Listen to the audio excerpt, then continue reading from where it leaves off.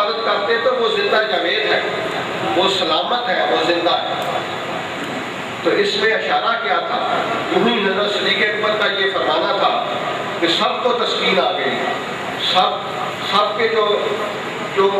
اعصاب تھے، جو اکڑے ہوئے تھے، جن کو وہ بات سن کر انتہائی صدمہ پہنچا تھا، وہ سب کے سب تسکین میں آ گئے، سکون میں آ گئے۔ حضرت فاروق اعظم کو بھی سکون آ گیا۔ لیکن اس میں اس جملے میں بات کیا تھی؟ بات یہ سمجھانا تھی، اور وہ سمجھنے والے سمجھ لیتے ہیں، کوئی زیادہ دیر نہیں لگتی، جن کی لائن سیدھی ہوتی ہے وہ فوری سمجھ آتے ہیں۔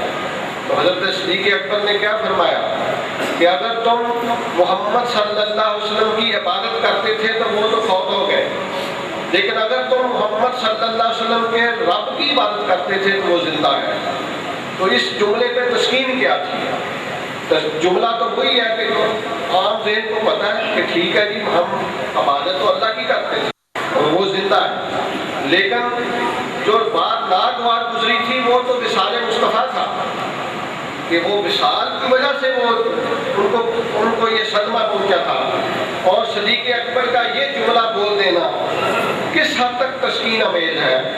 یہ تسکین اس لیے ہے کہ انہوں نے اس بات کو سمجھ لیا، اور اس اشارے میں وہ اتنا فیض دے گئے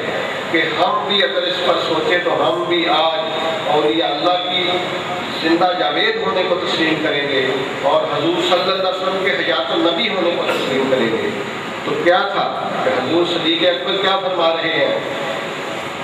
کہ اگر تم محمد صلی اللہ علیہ وسلم میں ان کے دیدار میں انہی کو دیکھتے تھے، اگر تم ان کو جب دیکھتے تھے تو تمہیں وہی نظر آتے تھے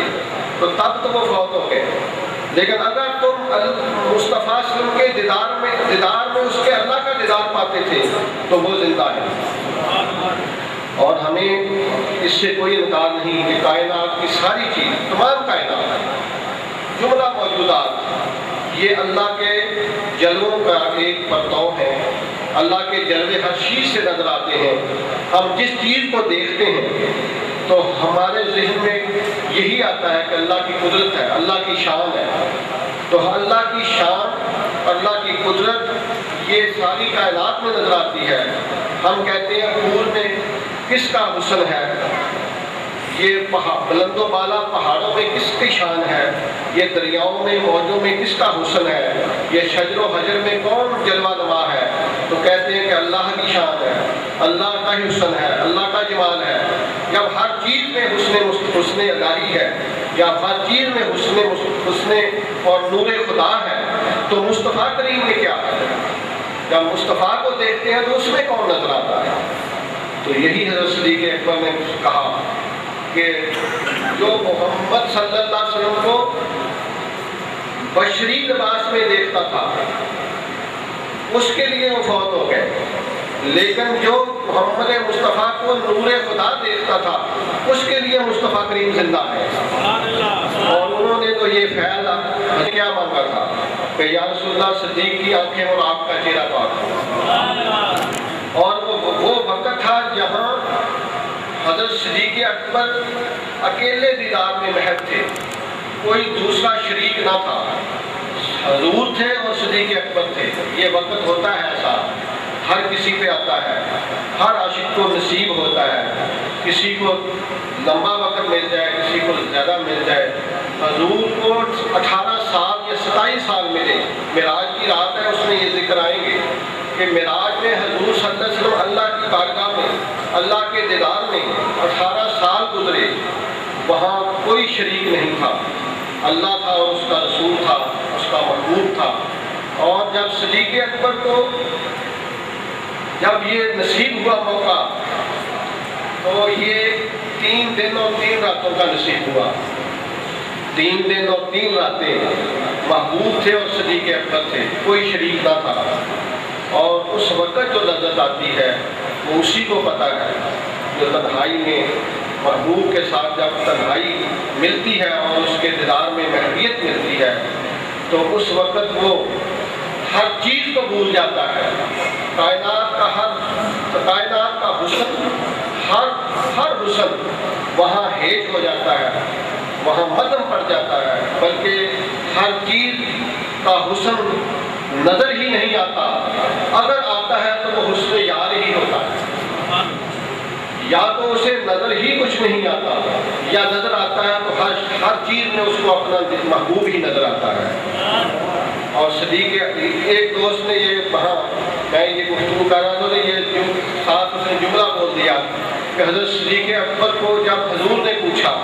کہ اے صدیق بتاؤ تمہاری خواہش کیا ہے، تو انہوں نے عرض کیا یا رسول اللہ صدیق کی آنکھیں اور آپ کا چہرہ پاک ہو، گویا وہ یہ بھول گئے کہ میں نے حضور سے خدا کا دیدار مانگنا ہے، نعوذ باللہ وہ خدا کو بھی بھول گئے۔ محبوب وہ ہوتا ہے جہاں بندہ ہر چیز کو بھول جائے، یہاں تک کہ وہ خدا کو بھی بھول جائے۔